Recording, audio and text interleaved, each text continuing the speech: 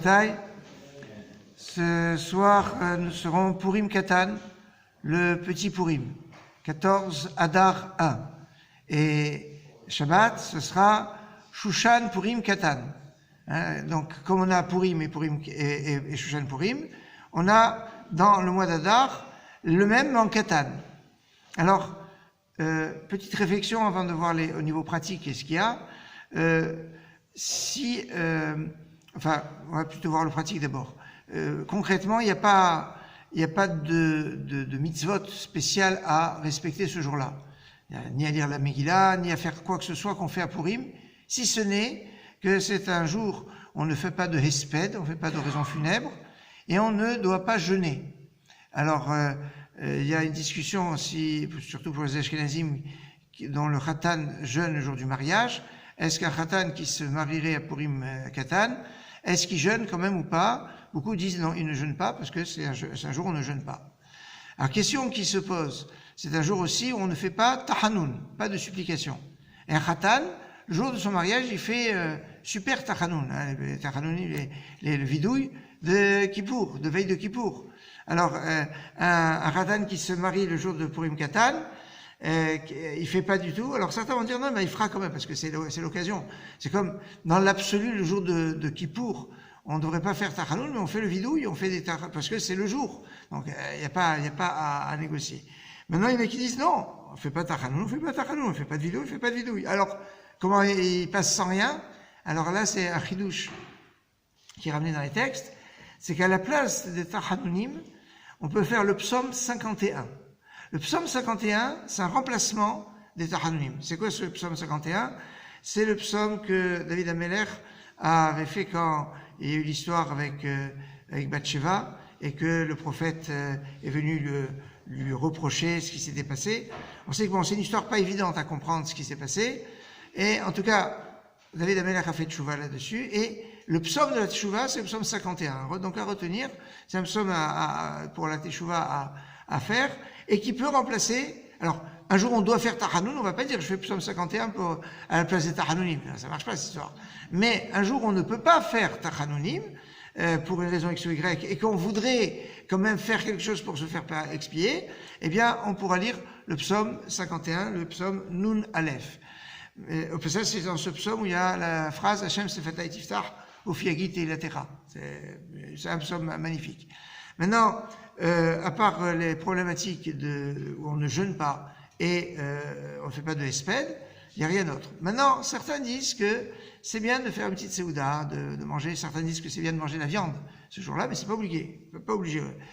Par contre, j'ai vu nulle part qu'il y avait une obligation de boire. Ouais, je sais que ça fait pas plaisir à tout le monde.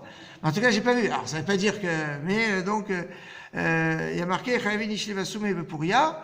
Bepuria, donc à Purim, mais à Purim Katan, j'ai pas vu qu'il y avait une notion. Alors certains vont dire c'est toujours l'occasion de. Non, pas forcément. En tout cas, il y a pas, j'ai pas vu. Alors maintenant, juste sur le fond de la problématique, est-ce que Purim Katan est un jour important? Alors il y a le Rav de Kloisenburg, il dit que dans la Mishnah, on dit il y a des différences entre le premier Purim et le deuxième Purim, vous comprenez, entre Purim Katan et le Purim, que Kriyat Megillah et Matat Levionim, que les cadeaux pour les pauvres et la lecture de la Megillah. Ça veut dire, grosso modo, les mitzvot de Purim, eh bien, on les fait qu'au deuxième, mais c'est la seule différence. Ça veut dire qu'au niveau de la lumière, au niveau de la puissance du jour, eh bien, Purim Katan est d'une importance comme le Purim. Donc c'est un jour où au niveau des tfilotes, au niveau des prières, les portes du ciel sont ouvertes, comme le jour de Purim. Vous savez que le jour de Purim, c'est un jour extraordinaire pour que les prières soient exaucées. Donc c'est l'occasion. Et je dirais une réflexion qui poussera encore un peu plus loin. Le fait qu'on l'appelle Purim Katan, ça ne veut pas dire qu'il est petit. Et que des fois, on parle par euphémisme. Alors je vais vous donner deux exemples. Quand on est le samedi midi, quand on fait le kiddush du samedi midi, comment il s'appelle le kiddush du samedi midi? Kiddusha Rabba, le grand kiddush. Quel grand kiddush? C'est une petite phrase. Alors c'est par euphémisme. En fait, the kiddush, quand Shabbat, c'est celui du vendredi soir. C'est là où il y a une mitzvah, certains disent des oraïta, des rabbanan, le midi, à la rigueur, à midi, c'est juste, Baruch Hashem, Borei Pira Geffen. C'est tout. Avant de faire le motif, c'est ça le kiddush, et on marque, donc c'est ça kiddush Rabbah. Maintenant, je vais vous donner un autre exemple, c'est que, on a deux façons de faire mincha. Soit mincha gdola, soit mincha ktana. Mincha gdola, c'est au début de l'après-midi. On pourrait dire, pour facilement retenir comment ça se passe. Gdola, on a beaucoup de temps pour faire mincha. Mincha gdola. Et puis, à côté, on a mincha ktana, la petite mincha qui est en fin d'après-midi. A priori, qu'est-ce qu'on va dire? Qu'est-ce qui est mieux de faire? Mincha gdola ou mincha ktana? Alors, quand vous connaissez la halakha, vous savez qu'il est beaucoup plus important de faire mincha ktana que mincha gdola. Mincha gdola, d'après Satan, c'est que b'di'avad qu'on peut le faire. C'est-à-dire, si par exemple, on travaille et que la fin d'après-midi, on risque de rater mincha, alors on fait mincha gdola. Mais si on peut avoir le choix, eh bien, il faut faire mincha ktana. Et surtout pour les Sfaradim, d'après le Braber, vraiment c'est pas vraiment un choix. C'est quand vraiment on a un cas de force majeure, on fait mincha gdola. Pourquoi? Parce que le plus important, c'est mincha ktana. Donc si plus important c'est mincha ktana par rapport à mincha gdola, alors je vous laisse redeviner. Purim katan, c'est plus important que Purim. Ah non, ça va pas, cette histoire. Non. En fait, ce qu'il faut comprendre, c'est quoi l'esprit de Purim? La leçon fondamentale de Purim. Va nori aster astir panai. Hachem va dire, je vais cacher mon visage. Le nes de Purim, le miracle de Purim est un miracle, c'est une multitude de miracles, mais cachés. Quelqu'un qui n'est pas très versé va dire, quel miracle il y a dans l'histoire de Purim? C'est une intrigue. Dans le palais d'Assuérus, où il se trouve que la princesse elle était juive, mais quand on voit le texte de près, on se rend compte qu'à chaque tournant, il y a un miracle. Mais c'est caché. Et on pourrait imaginer, qu'en fait, il n'y a rien. Et donc, plus c'est discret, plus c'est grand. Et si plus c'est discret, plus c'est grand, la fête de Purim, c'est quand même remarquable. Mais Purim Katan, c'est encore beaucoup plus discret que Purim, parce qu'il y en a qui ne connaissent même pas ce que c'est Purim Katan.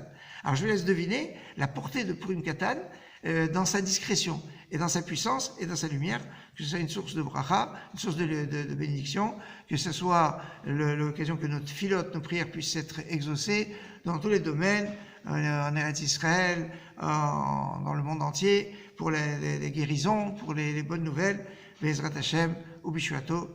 Bonne journée de Purim. Alors, est-ce qu'on peut dire Chag Sameach? Je suis pas sûr.